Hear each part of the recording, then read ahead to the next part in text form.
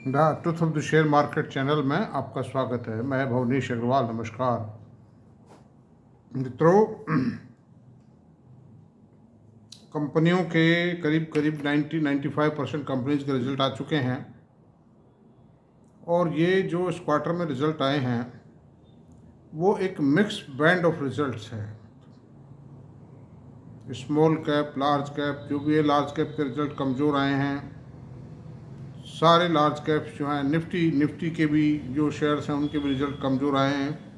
Overall जो average results हैं, automobile sector के भी रिजल्ट ठीक हैं, लेकिन अभी स्थिति ये है कि ऑटोमोबाइल डीलर्स के यहाँ इन्वेंट्री इकट्ठी हो रही है, कंपनियों में भी इन्वेंट्री इकट्ठी हो रही है। जो सुनने में जो आया है कि वो डिस्काउंट देकर के उस डिस्काउंट को कम कर रही है, इसका मतलब सेल पर प्रेशर है, सेल कम हो रही है, थोड़ा sale quantum is under pressure. तो ऐसी सूरत में जो भी है थोड़ा हल्कापन तो नज़र आ रहा है, मतलब वो जो ग्रोथ मोमेंटम था वो थोड़ा कम हुआ है। स्टील कंपनियों के खिलाफ सुप्रीम कोर्ट ने निर्णय दे दिया और जीएसटी डायरेक्टर जनरल जीएसटी भी बहुत से एंटरप्रेन्योर्स को नोटिस जारी कर रही है। मैंने अभी पढ़ा इकोनॉमिक टाइम्स में, आईआईटी दिल्ली को भी जीएसटी का नोटिस जारी कर दिया है। तो ये जो प्रॉब्लम है ये वाइड स्प्रेड बढ़ती जा रही है, टैक्स प्रॉब्लम। और अगर ये ज़्यादा हुआ तो असर तो डालेगा, खैर लेकिन एनीवे जो भी हुआ देखा जाएगा। सबसे बड़ी बात यह है कि आज हम जिस विषय पे चर्चा करने जा रहे हैं वो विषय क्या है। वो विषय एक ऐसा विषय है, मुझको बहुत लोग कह चुके हैं कि साहब बैलेंस शीट पढ़ना सिखाओ आप हमें। अब सवाल यह है कि वीडियो पे कैसे सिखाया जाए, मतलब, लेकिन फिर भी जितना हो सकता है बताता हूँ। तो आज उस क्रम में धीरे धीरे बताएंगे, मतलब डेली, ये नहीं कि एक ही सब्जेक्ट पे वीडियो बढ़ाते चले जाएं, धीरे धीरे। कभी आज बना दिया, फिर 2-4-5 दिन बाद बना दिया कोई दूसरा वीडियो। तो मैं पहले भी बना चुका हूँ, बैलेंस शीट को कैसे पढ़ा जाए, क्या देखा जाए, क्या नहीं देखा जाए, मैं पहले भी बना चुका हूँ। और अब आज का वीडियो जो है वो एक बहुत ज्ञानवर्धक वीडियो हो, और उसमें सबसे महत्वपूर्ण बात यह है कि एक कंपनी अपने जो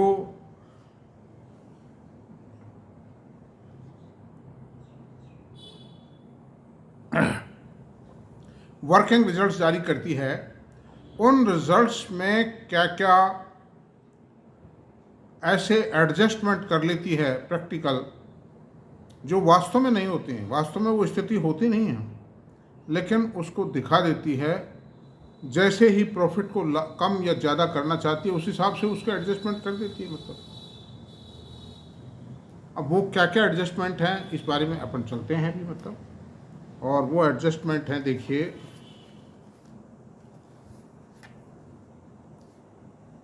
इन्वेंट्री एडजस्टमेंट। आपने देखा होगा, सेल दिखा दी, उसमें अदर इनकम भी दिखा देते हैं। ज़्यादातर कंपनियों की अदर इनकम कुछ कुछ होती है। मैं आपसे कहूँ, कुछ कंपनियों में other income part of the business होती है, कुछ कंपनियों में अदर इनकम कोई और थोड़ा सा, जैसे स्क्रैप बेचा है, कोई मेटल कंपनी है स्क्रैप बेचा है जिसने, सर्विसेज कंपनी है, या कोई भी कंपनी है जिसको कोई बिजनेस संबंधी मामला, कोई सेटलमेंट का पैसा पहले का कोई अटका हुआ था, कोई लिटिगेशन में था, वो मिला है। इस तरह कंपनियों में चलते रहते हैं, छोटे मोटे वो बता देते हैं, लेकिन खैर वो सेल का ही पार्ट मान लेते हैं। तो उसमें जो फिर बाद में दिखाती हैं एक्सपेंडिचर में ज़्यादातर आइटम, मेनली आइटम यही होते हैं कि भाई सैलरी कितनी है, रॉ मटेरियल कितना है, ब्याज कितना है, डेप्रिसिएशन कितना है, और इन्वेंट्री घटी या बढ़ी, और अदर एक्सपेंडिचर क्या है। ये 5-7 आइटम होते हैं जनरली, मतलब एम्प्लॉयज़ की सैलरी क्या है, ये 5-6-7 आइटम होते हैं, मतलब। तो सैलरी में भी कोई ज़्यादा गड़बड़ नहीं करती हैं, हेरा फेरी नहीं करती हैं, और रॉ मटेरियल कॉस्ट में भी बहुत ज़्यादा हेरा फेरी नहीं करती हैं। जो असली हेरा फेरी करती हैं वो करती हैं इन्वेंट्री में, इन्वेंट्री, और एक है अदर एक्सपेंडिचर, अन्य आय, जो लास्ट आइटम होता है एक्सपेंडिचर के अंदर। मोटा जो गड़बड़ है ना वो इनमें हो सकती है। तो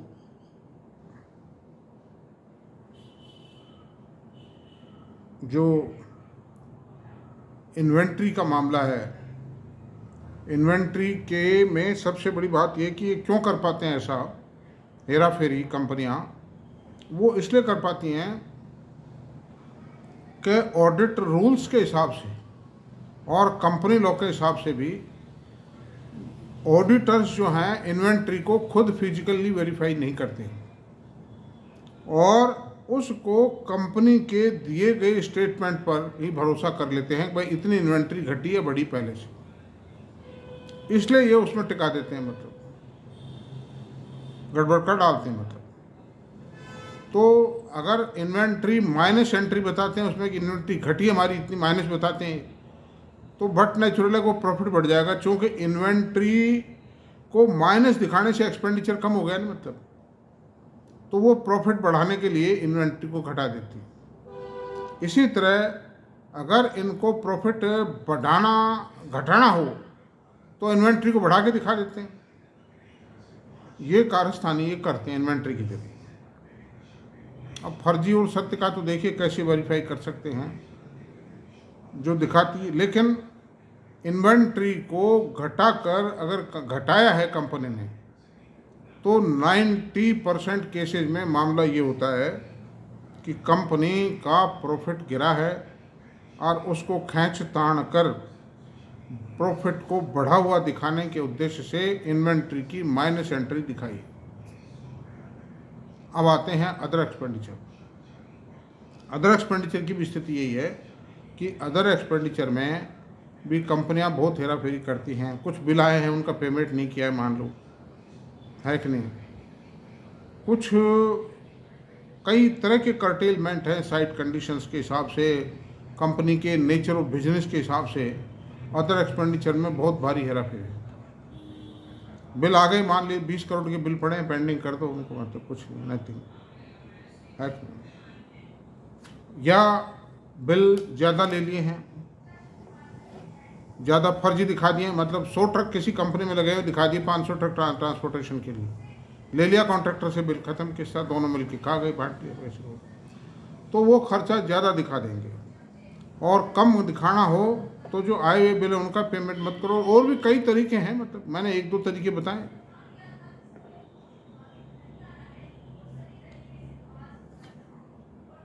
इनकम टैक्स में हेरा फेरी कर डालते हैं।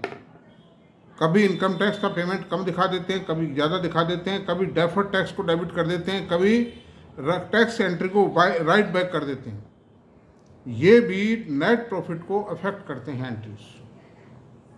कभी डेप्रिसिएशन में भी हेरा फेरी कर डालती हैं। तो ये सारी चीज़ें हैं। और नीचे नोट लगाती हैं कंपनियां का the previous figures wherever required have been regrouped और रीएडजस्टेड। आप देखिए क्या शानदार तरीका है बचने का, एक्सप्लेन करने का, अपनी की गई त्रुटियों को, जानबूझकर की गई त्रुटियों को छिपाने का कितना शानदार और बोनाफाइड तरीका है कि the previous figures have been regrouped and readjusted wherever required. अच्छा, लेकिन इसके लिए ये कुछ नहीं कहते हैं, नोट्स नहीं लगाते हैं कि भाई हमारी इन्वेंट्री क्यों घटी है, हमारा अदर एक्सपेंडिचर क्यों घटा या बढ़ा है। अरे भाई सेल के प्रपोर्शन में ही तो होगी, सेल के प्रपोर्शन में होगी ना वो आपकी जो अदर एक्सपेंडिचर है। मान लो लॉजिस्टिक सर्विसेज ले रखी हैं आपने, कोई कंसल्टेंसी सर्विसेज ले रखी हैं आपने, कोई सेल परचेज के लिए आपने सर्विसेज ले रखी हैं, कोई ब्रोकरेज सर्विसेज ले रखी हैं सेल परचेज के लिए, आपने अपने डीलर्स अपॉइंट कर रखे हैं, और कोई ऐसा रिपेयर्स एंड मेंटेनेंस का, कोई बिल्डिंग के अंदर रंग पॉलिश का काम करवा रहे हो आप, प्लांट के अंदर कोई नई चीज़ें डाल रहे हो आप, हैं, कोई नई टेक्निक को अडॉप्ट कर रहे हो, उसका कोई रॉयल्टी का एक्सपेंडिचर है। इस तरह की जो चीज़ें फिक्स होती हैं, ये तो कई ज़्यादातर फिक्स हैं। उसमें 1-2% का, 0.5% का फ़र्क पड़ सकता है। 0.5% भी बहुत होता है, लेकिन यहाँ फर्क पड़ रहा है 4-5% का, 6% का फर्क पड़ रहा है। तो अंडर दीज सर्कमस्टेंसेस दोस्तों बहुत खतरनाक काम है अदर एक्सपेंसेस को कम या ज़्यादा करना।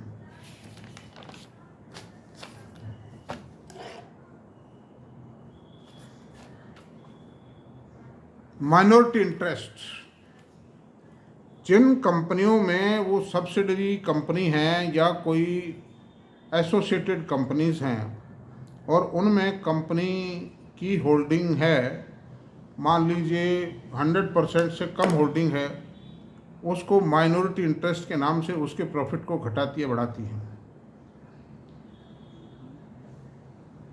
This is the position. या इस कंपनी में किसी की पार्टनरशिप है किसी और कंपनी की, ये इसकी होल्डिंग कंपनी कोई और है, मान लो उस कंपनी की रिपोर्टिंग कंपनी की, उसमें भी हेरा फेरी के चांसेस हैं। माइनॉरिटी इंटरेस्ट में आप देखो हमेशा एक साथ बराबर आता ही नहीं, ज़मीन आसमान का फ़र्क है। कभी 5 करोड़ बताते हैं, कभी 25 करोड़ बताते हैं। अब आपके पास क्या बैरोमीटर है, यानी जो बता दिया जो फाइनल इन्होंने।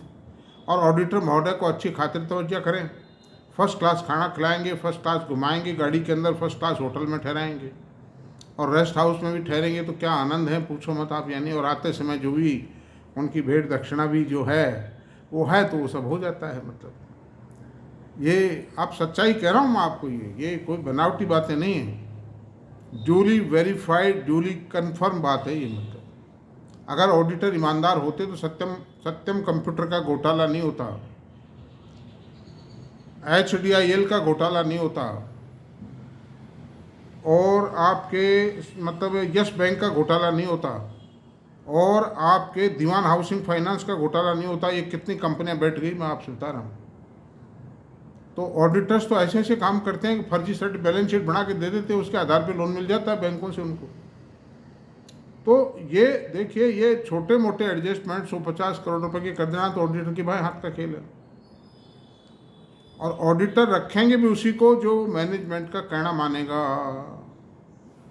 कई बार डिस्प्यूट भी हो जाते हैं ऑडिटर्स में मैनेजमेंट में, तो कंपनियों के रिजल्ट आना ही डेफर हो जाता है। अच्छा, दूसरी बात, एक्स्ट्रा आइटम बता देते हैं बहुत से। मान लीजिए किसी कंपनी ने कोई प्रॉपर्टी बेची या कोई एसेट बेची, कोई प्लांट एंड मशीनरी बेची, स्क्रैप बेचा, जो भी बेचा, उसको बेच के सेल के अंदर मिला दिया उसको, और ये बताने को तैयार नहीं है कि हमने ये जो सेल हमारी बढ़िया आई है ये इस कारण से, वो मार्जिन बढ़ गई सब। तो व्हाट इज दिस? ये भी हो सकता है। दिए गए एडवांसेस को खर्चों के अंदर ना दिखावें, खर्चे में दिखा दें दिए गए एडवांस को खर्चा ही मान दें सीधा कि एडवांस को खर्चा डेबिट कर दिया, खत्म, प्रॉफिट घट जाएगा उससे। या कोई एडवांस कंपनी को प्राप्त हुआ है उसको इनकम दिखा दें भाई, किसी काम के लिए कंपनी को एडवांस प्राप्त हुआ लेकिन बिल नहीं दिए, उसका एडजस्टमेंट नहीं हुआ है, तो प्राप्त हो जाएगा, मतलब खत्म, किससे प्रॉफिट बढ़ जाएगा उसका। तो कंपनी के हाथ में सुपर पावर है, किसी का बाप भी कोई पता नहीं लगा सकता, कोई का गुरुजी भी आ जाए, कैसा भी बड़ा एक्सपर्ट हो ना लगा सकता। कई कंपनियां बिकी हैं, रेनबैक्सी बिकी थी, मैं आपसे बता रहा हूँ। रेनबैक्सी के बिकने के बाद में जो जापानी कंपनी ने वो जो खरीदा था रेनबैक्सी को, हजारों करोड़ रुपए का घोटमुखी घालमेल निकली थी, उसमें हेरा फेरी निकली थी, उसके मुकदमे भी किए थे उन्होंने शिविंदर सिंह वगैरह पे, और वो अरेस्ट भी हुए थे उन केसों में। और उसको आखिरकार हथियार डाल करके उस जापानी कंपनी को जाने पड़ा और सन फार्मा के नाम मारना पड़ा, उस कंपनी को देना पड़ा, उसको बेचना पड़ा। अमेरिका में कई काबड़ा निकले उसके, दुनिया भर के। तो इन सब चीज़ों के कारण ये सब छुपी चीज़ें हैं दोस्तों, कोई भी पता नहीं लगा सकता, सब भगवान भरोसे है। और इसमें मैं ताज़ा उदाहरण देता हूँ, आप देखिए, ताज़ा उदाहरण ये है, गोदावरी पावर एंड इस्पात के परिणाम आए।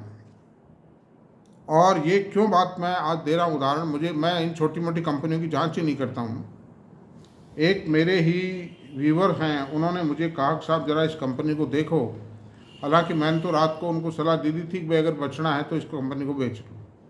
मैं सलाह क्या मतलब मेरी राय थी, मतलब वो गलत है सही है वो मैंने ये भी कह दिया कि भाई मेरी राय को मानना मत आप, बाकी मेरी राय में इस कंपनी को बेच देना चाहिए।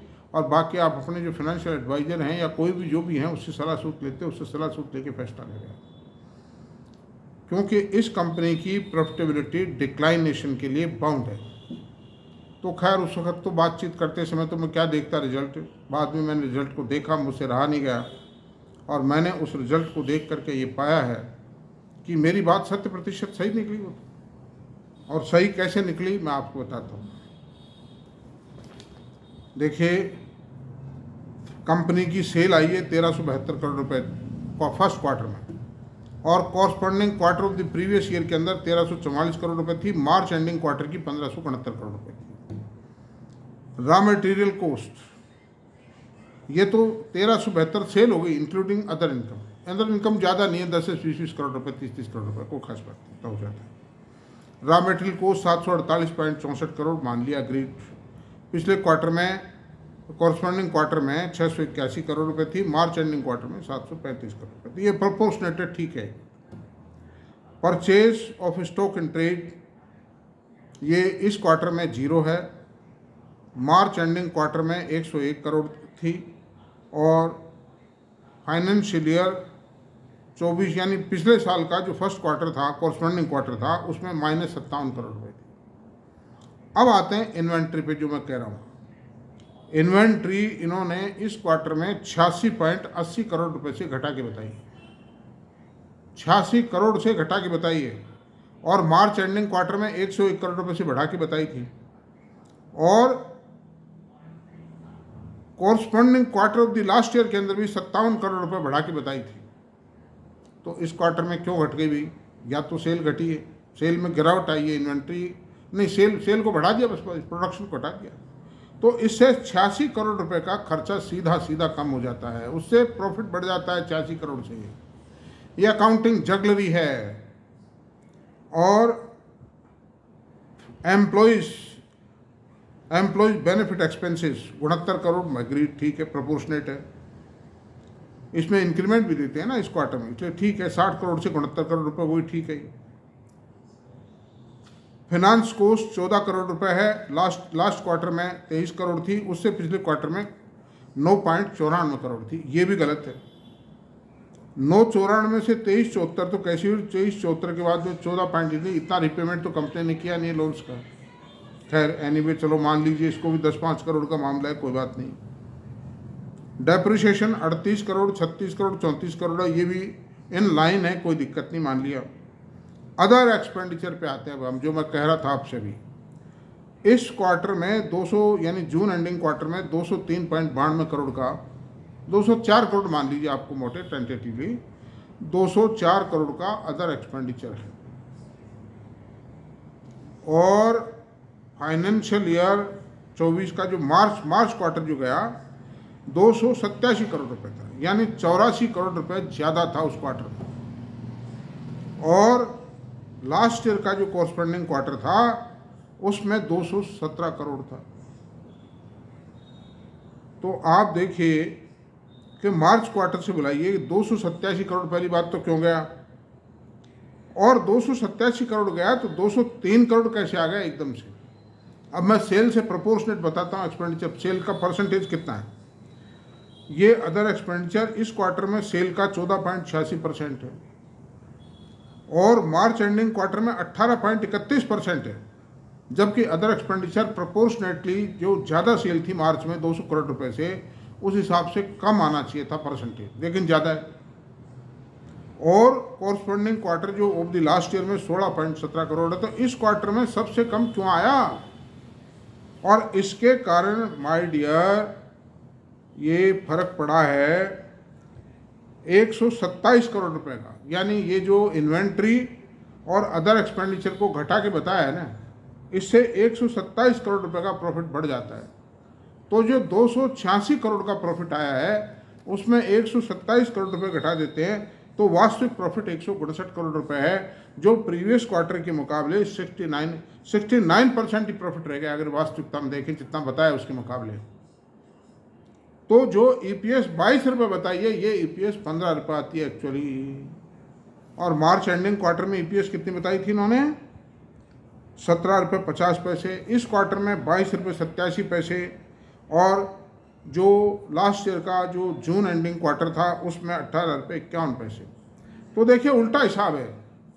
यानी कि स्टील की प्राइसेस गिरी,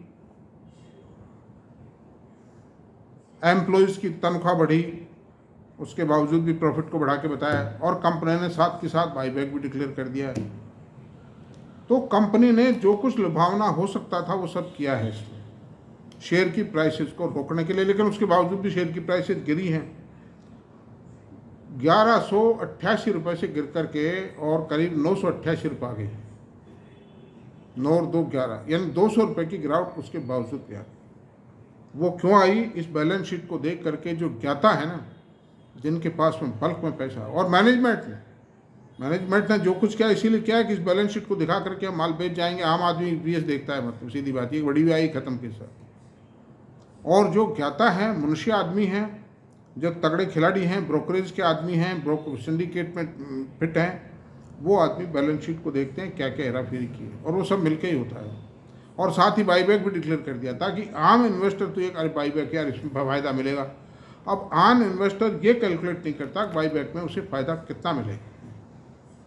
तो ये सारी चीज़ें दोस्तों ये है, मैंने उनको, वो जो हैं जिन्होंने मेरी बात हुई रात को, वो भी कृपया मेरा पूरा डिटेल्ड एनालिसिस सुन ले। मैं इसको, ये होता है कुल मिला करके मेरी राय में ये जो रिजल्ट है गोदावरी का, ये in line with my statement as I express earlier in this video है। मतलब इस तरह से आप लोग भी बैलेंस शीट को पढ़ना सीखें दोस्तों। कोई भी कंसल्टेंट आपके पास कब तक रहेगा, कितना क्या करेगा आपके, सिखा दे। सबसे बड़ी बात है सीख लो, ताकि आप सेल्फ डिपेंड हो सको, किसी पर आश्रित ना रहो। मेरा उद्देश्य यही है। तो थैंक यू। आज वीडियो इतना ही रहने देते हैं। 21 मिनट का वीडियो हो गया, काफ़ी है, मेरी सीमाओं से बाहर हो गया है। और आपको मेरा वीडियो अगर पसंद आया हो तो प्लीज़ इसको सब्सक्राइब करें, लाइक करें, शेयर करें, कमेंट करें। Thank you very much.